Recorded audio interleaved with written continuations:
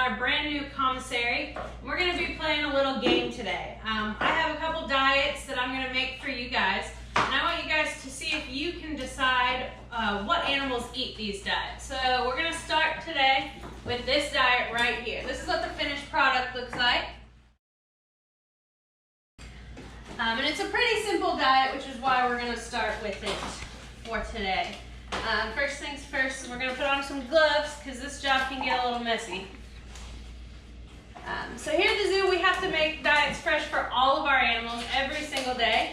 And this is just one of about 600 different diets that we make. So this one, I'm going to start with a high-protein canine food. And I'm just going to fill this tiny little bowl up with that. And we have some citrus here. This is a grapefruit. Smells delicious. And we're going to just place these all over the top of this. This one, presentation is important for these guys. So I want you guys to try and think about what animal you might think eats something that looks like this. Based on the size of it, you might want to think about that. This is actually for several animals, not just one at a time.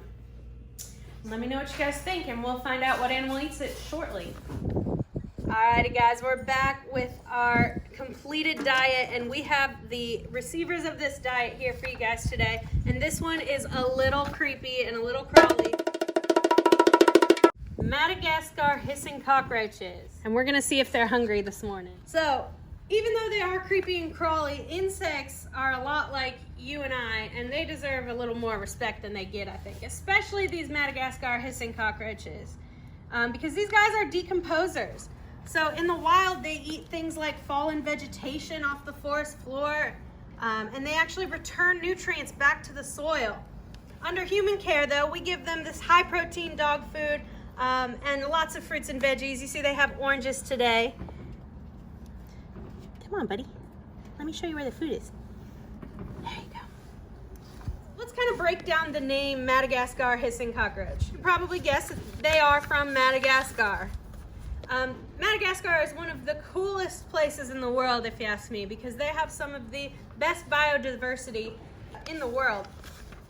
These cockroaches live on that island, along with things like lemurs, fossa, emerald green pill millipedes, tenrecs, and tons of different chameleons. I mean, these guys are basically, they might look like bottom of the food chain, but they are just as important as those other animals are to that food chain. The reason that these little guys are so important is that they are kind of the start of that food web. Things like cocoa beans, vanilla beans, coffee, medicine, and even the air we breathe comes from those rainforests that they live in. And these little guys are what keep that whole process going. So let's go to the hissing part of their name. So they can in fact hiss, and it's actually a pretty cool little thing that they do where they move air through holes in their abdomen. They use it for things like communication, especially during breeding season. These guys are nocturnal, and they are communal. They live in family groups, usually with one dominant male.